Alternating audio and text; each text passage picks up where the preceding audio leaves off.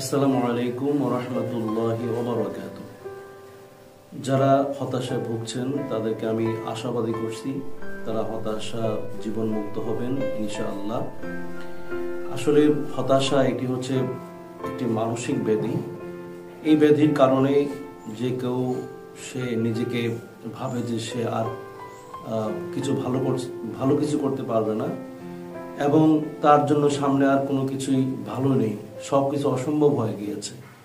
আসলে এই হতাশাটা একমাত্র জীবনধারার কয়েকটি চাপে পড়েই তারা হতাশে ভুগছেন। যেমন নিজের ব্যর্থতা এবং লক্ষণ পূরণ না হওয়া, এই চাপে পড়ে মানুষ মনে করে যে সে তার দ্বারা আর কিছুই সম্ভব হবে না, চাকরি পায় না, ব্যবসায় ক্ষতি হচ্ছে, জীবনে কিছু হতে না পারা, তার আশার লক্ষ্য পর্যন্ত না পৌঁছা।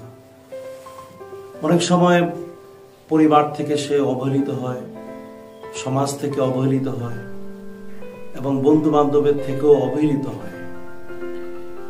পরিবারের সাংসারিক ঝামেলা, সংসারের টানা হেঁচড়া, কারোর অসুস্থতা, ঋণগ্রস্ত, বেকারত্ব, আয় না থাকা, রোজগারের অনিশ্চয়তা দেখা দেওয়া, এসব কারণেই এসব চাপে পড়ে মানুষ হতাশ হয়ে যায়।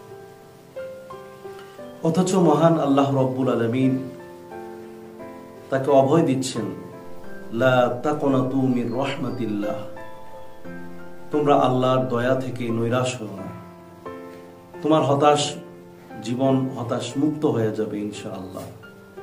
একমাত্র যারা অবিশ্বাসী, আল্লাহ রব্বুল আলামিনকে যারা পূর্ণ আস্থা পূর্ণ বিশ্বাস যারা করে না, তারাই একমাত্র হতাশ হয়ে যায়।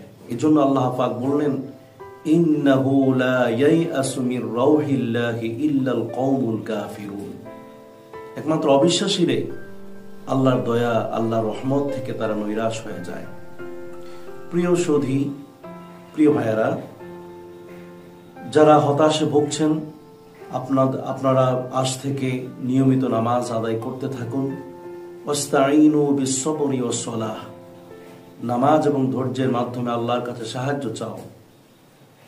নামাজ ও ধৈর্য আজ থেকে আমরা শুরু করে দেই এবং দোয়া পড়তে থাকি। আল্লাহুম্মা ইন্নী আউযু বিকা মিনাল হাম্মি ওয়াল হুজনি, আরো দোয়া রয়েছে, নবীর শেখানো অনেক দোয়া। আল্লাহুম্মা কফিনি বিহালালিকা আন হারামিক ওয়া আগনিনি বিফাদলিকা আম্মান সিওয়াক। আল্লাহর রহমতের উপরে ভরসা করতে থাকি, ভালো লোকের সাথে আমরা চলাফেরা করতে থাকি। ইনশাআল্লাহ আমাদের এই হতাশ মুক্ত হয়ে যাবে। সবাইকে ধন্যবাদ।